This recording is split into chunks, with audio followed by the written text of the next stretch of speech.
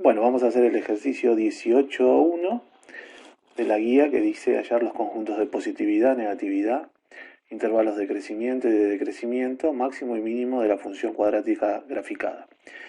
Lo primero que vamos a hacer es trabajarlo gráficamente.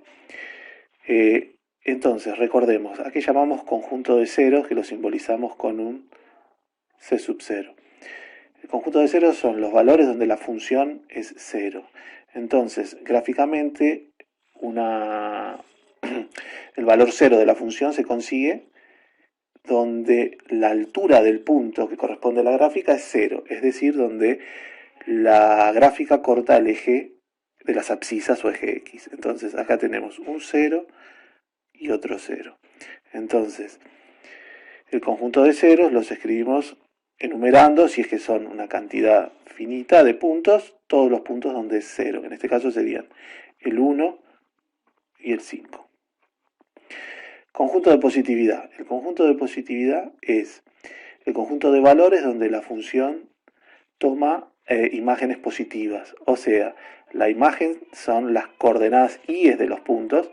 Entonces, en todo este sector, desde el 5 en adelante, toda esta parte, tenemos imágenes positivas, las leemos en el eje y antes de 1 también tenemos imágenes positivas.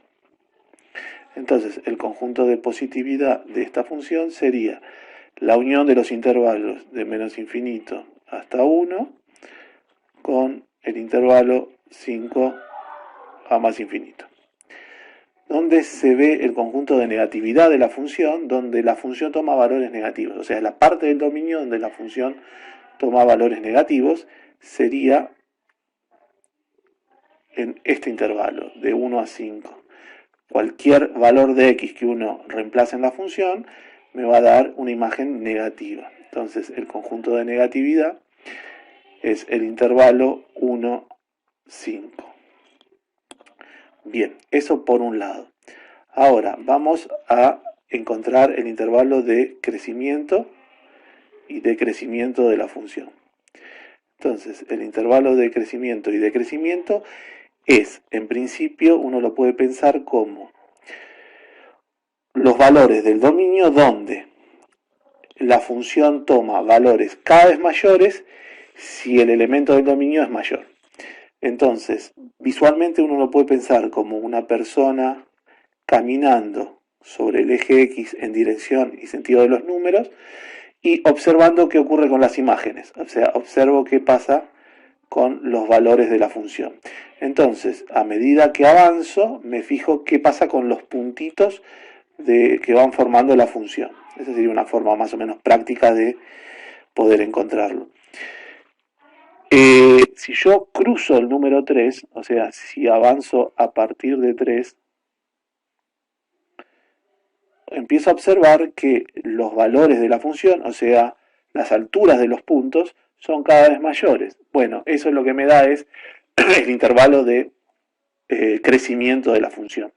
Entonces, a partir de 3, observo que si avanzo en el valor de la variable, las imágenes son cada vez mayores. Entonces, ¿cómo escribimos eso? El intervalo de crecimiento es desde 3 a más infinito. En forma similar, análoga, el intervalo de decrecimiento serían todos los valores que están antes de 3 en este caso, serían todos estos, y se escribe como el intervalo menos infinito 3.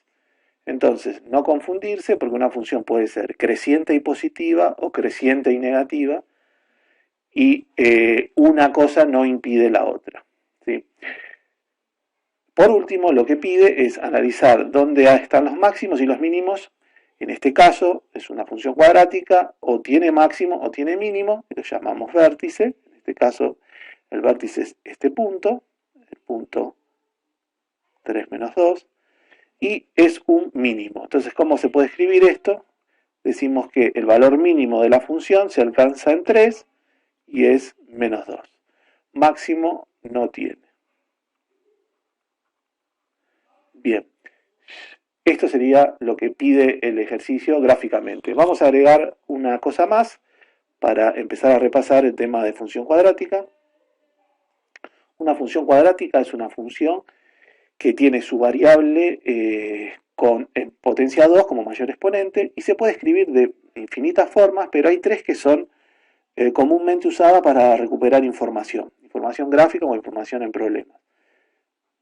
La forma polinómica, donde aparecen los coeficientes reales A, B y C, que me sirven para calcular las raíces de la función, o sea, los ceros, lo que hicimos antes, y la abscisa del vértice, que se calcula con la fórmula menos b sobre 2a. La fórmula de las raíces creo que es conocida por todos, menos b más menos raíz cuadrada de b cuadrado menos 4ac sobre 2a. La forma canónica es una expresión donde aparece el cuadrado de un binomio y las coordenadas xb e ib que están en esa expresión son las coordenadas del vértice. O sea que la forma canónica me da la información del vértice. La forma factorizada, que es la tercera forma que conviene conocer, es una forma expresada como producto de dos términos lineales donde aparece un x1 y un x2, que son dos números que van a ocupar o van a jugar el papel de raíces de esa función. Entonces, el conjunto de ceros va a estar formado por esos dos numeritos. La forma canónica, la factorizada y la polinómica son tres expresiones que permiten encontrar o conocer una ecuación que represente una función cuadrática. Entonces, vuelvo al ejercicio y me pregunto, supongamos que quiero conocer esa fórmula, ¿sí? En principio tengo varios datos, voy a borrar, tengo varios datos, pero hay por lo menos tres que son útiles. Por ejemplo, este punto y este punto son las raíces, o sea que las raíces de esa función son el número 1, 5. Y el vértice de esa función está dado, ya lo habíamos escrito, por el par 3 menos 2. Entonces, conociendo esto, uno dice, bueno, si yo quisiera encontrar una fórmula para esa función, lo que utilizaría es o la forma canónica o la forma factorizada. ¿Por qué? Porque tengo las raíces como información o el vértice. Ahora, fíjense que en las tres formas aparece un coeficiente que se llama coeficiente principal, que es un numerito a distinto de 0, que se mantiene invariante o se conserva en las tres expresiones. A es un número que no puede ser 0, porque si no desaparece el término cuadrático, la expresión cuadrática de la fórmula. Bien, entonces, conociendo las raíces, por ejemplo, o conociendo el vértice, por ejemplo, puedo usar una de estas dos formas. Voy a elegir la forma factorizada. Entonces, utilizo la forma factorizada.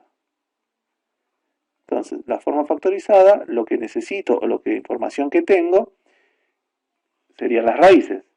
Entonces, repito la fórmula que está escrita a la izquierda, es x menos x1 por x menos x2, donde x1 y x2 los tengo. Bien, entonces reemplazo. Queda a por x menos 1 por x menos 5 y queda por determinar el coeficiente principal a. Entonces necesito un tercer dato, digamos, no me alcanza con esos dos, con saber cuáles son las raíces. ¿Dónde voy a buscar el otro dato? En el punto que tengo definido, que es el vértice. Entonces, ese punto lo voy a usar. ¿Qué significa que el vértice está en el punto 3, 2, que lo marco acá de nuevo? Lo que me está indicando en el lenguaje de funciones es que la imagen de 3 es menos 2. Entonces, quiere decir que si x vale 3, el resultado es menos 2. Sería el valor de la variable dependiente. Entonces, usando ese dato puedo decir, bueno, ¿cómo se calcula f de 3? Reemplazar o evaluar la función en 3. A por, no lo conozco, 3 menos 1 por 3 menos 5. Bueno, ¿Cuánto es este valor? Este valor es menos 2. Acá tengo A por 2, el resultado de este paréntesis, por menos 2 es el resultado de este paréntesis. Y acá puedo obtener como resultado de esta ecuación que A es un medio. Bien, este sería el valor del coeficiente que llamamos principal. Entonces, conclusión, si yo quisiera escribir la ecuación de esta función, una de las maneras de representarla sería un medio por x menos 1 por x menos 5. Y acá tengo la respuesta si es que me pidieran la ecuación.